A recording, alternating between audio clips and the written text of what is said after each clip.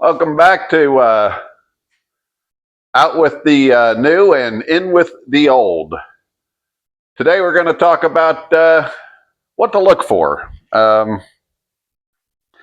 I want to start this off by mentioning some big expenses you want to make sure of when you're looking at a car. Number one, tires. Even cars with cheap tires, you're looking at a few $100s. Some cars, especially pickups and such, the tires get pretty expensive. So you want to look at your tires, and it doesn't kill a deal, but you might want to factor tires into negotiations. Uh, Heater cores. I probably won't mess with something that needs a heater core. Number one, it's a huge job on most vehicles. There's a couple that it's easy, but most it's a huge job. If you don't do it yourself, you're probably going to pay a shop 10 to 12 hours labor to do a heater core on most vehicles. Meaning, if it needs a heater core, it could be anywhere $1,200, $1,500 or more. It could really get expensive. So if that sucker isn't blowing out hot heat, or it's just not blowing anything, and the heater core is clogged, if the interior has any wetness underneath the dashboard and you smell any antifreeze, it's leaking, I would be reluctant to buy that. AC is going to be expensive too. That being said, it depends where you live, how bad you need it, how bad you want it. I've taken chances with AC, and I've got a 2000 Ford I bought, and it didn't blow ice cold. I charged it, and it actually lasts about 6 months before it goes. And I've driven the truck like that for almost 10 years. I just charge it up every summer. But in a way, I got lucky. That can get expensive too. Windshields aren't too bad on some vehicles, a couple $100, but on some they get expensive. So another one you might want to factor in: timing belts. You want to make sure if you're buying a vehicle with a timing belt, it's either been done, or make sure it isn't way overdue, because you could drive that thing home and it could let loose. That's another one I won't mess with.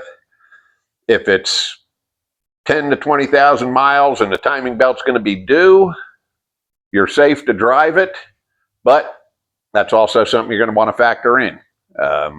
And typically that's $800 to $1,200 to get that done. Tune-ups. It used to be tune-ups were relatively simple, but there's a lot of vehicles that the tune-ups are pretty intensive. A lot has to come apart. A lot of V6 models, transverse V6 models, are very difficult to get to. If you don't do it yourself, you may pay someone quite a bit to tune it up. So see if they have a record of the last tune-up. Another thing you can factor in. Ask them if it'll pass inspection. I don't even know if you live someplace that you have them. We do. They're pretty easy here. It's a safety inspection, basically tires, brakes, lights, windshield wipers, blades, horn, basic things, which should all work, for a safe operation of a vehicle on the road. But they don't do emissions here, which is nice. But that's a good thing to ask. Will it pass inspection if you live somewhere where that gets done? Now there's a couple expenses up here. Rust. I won't touch anything that's rusty. If it has a little bit of body rot and I climb underneath that vehicle and it's nice and clean and solid and just a little bit of sheet metal rust, I will. But if it's rusty underneath, around the brake lines and all that, that can turn into an expensive nightmare. Um, and even if you work on it yourself, it can turn into a nightmare because rust tends to snowball on you. You can start working on something, and before you know it, everything's breaking on the way down the line, and you're fixing all kinds of stuff you weren't even intending on fixing. Uh, I won't touch anything that's rusty underneath. I literally just, forget it. In fact, that's the first question I ask people: any rust underneath? And a lot of them don't know. And like I said, a little bit on the body, it's not hurting anything. And bodies, I've seen where a fender or something will start getting a little rust on it, and the car is really clean underneath. It's just because you're dealing with sheet metal that has a much thinner gauge; it'll rust easier. Um, Transmissions, I typically won't touch anything that somebody says, "Oh, it runs real good," but it's got a little hoopty going into this gear, or it's got a little hoopty going into that gear. Oh, sometimes it shifts funny, but most of the time it shifts okay. Those problems don't do anything but get worse. So if it's got a hoopty, it's going to turn into a big hoopty, and eventually it won't shift. If it sometimes doesn't go into gear, it'll eventually turn into where it never goes in gear. That transmissions don't fix themselves. Once they start acting up, they're gonna go. It's just a matter of time. And now you're looking at several $1,000s. And if you're buying cars like we're looking at, a lot of times it totals it. Unless you got, you're a mechanic or you have friends that'll help you out that are mechanics. It's something I wouldn't mess with.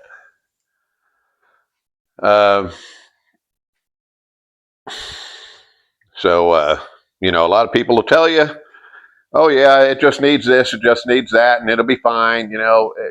If it just needed this or that, and it'll be fine, why didn't you fix it? Another one of my favorites is, oh, I don't have a title, but hey, it's pretty easy to get one. It probably just costs you $100. Number one, it won't cost you $100 because the only person who can get the title is the person that had the car registered in their name left. Don't ever mess with something that doesn't have a title.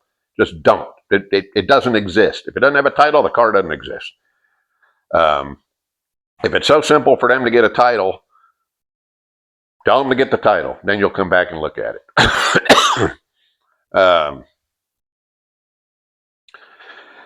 Something you can do before you go over this list is Google up the car you're going to look at. The car, and then put reliability. Just put, okay, you're going to look at a Buick LeSabre, say 2005 Buick LeSabre reliability. Punch it in on Google. And typically, you'll get a pretty good idea of what happens to those cars. That one will probably tell you, oh, intake manifold gaskets, which 3.8 V6, which is a great engine, but they do have intake manifold gasket issues. Not a big deal, especially for a good car. There may be some other little issues. They have certain years had the key with the security, and the car literally wouldn't start, and you can fix that for $20. Little things like that, that reliability, or you may punch in a different car and it'll say, oh, this is a problem, and it'll also tell you if that car has a timing belt, usually. If you're not sure, whether it has a timing belt or chain, that's another good one to punch in. If you're going to look at, say, a 95 Honda Civic, a lot of the old Hondas had timing belts. So that's how you find that out. Google, let's use the internet for some good. In any case, just some things to look at. Give you a head start on, when you go out there so you don't accidentally buy a lemon. One thing to keep in mind is you're buying a used car, you're probably going to have to do something. If you buy something for, $5,000 or less, even if you buy something for between $5,000 and $10,000, you're probably going to end up doing something to it. It may need a little something. You can't let that you know, people say, oh yeah, I'm buying this, I'm buying that, and I got these problems. Okay, well, if you bought a car for $5,000 and you spent $1,000 fixing a few things, now you got a $6,000 car instead of a $60,000 car that you're making payments and making $10,000 of interest payments and paying astronomical insurance. So you're still way, way ahead. Having to fix a few things. Just these are things I don't mess with. Rust and transmission. Then it's, you know, there's transmissions that can cost $5,000. So you, just kind of stay away from that. And rust can turn into a nightmare. It just go rust free. Another one that probably should be over here is this heater core deal. Maybe not the AC so much, but the heater core. Buy a Dodge pickup and find out what it costs to put a heater core in it. I believe it's 12 hours labor.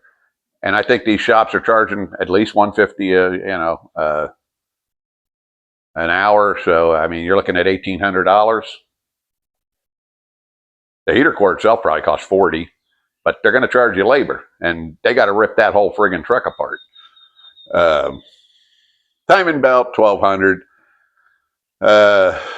maybe $800. Tune up, that's another one. That's another one where you Google the car up and see what's going on with the tune up. Some of them are pretty intensive now. Some are pretty simple. That's where you got to do your homework on your particular car you're going to investigate.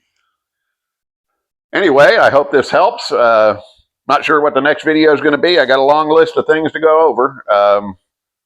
It'll be something good though. If you got anything else that you can think of that can go on this list, comment, because I'm not going to say I thought of everything. I mean, these are things that, you know, they're little flashing lights when I go look at something. I kind of pick those out first. You know, a tear in the front seat, you know, that's cosmetic, you know, things like that. But this kind of stuff, this is going to cost you, and you got to do something about it. And this kind of stuff, I just say don't mess with it, because you're buying a headache in most cases. I mean, unless you're restoring something that's going to be worth, you know, a whole bunch of money, stay away from that rust and transmission thing. And I think the heater core should be over there too on most vehicles. Anyway, I appreciate you watching. Subscribe to watch more of these. I got a lot more coming. And thanks again for watching.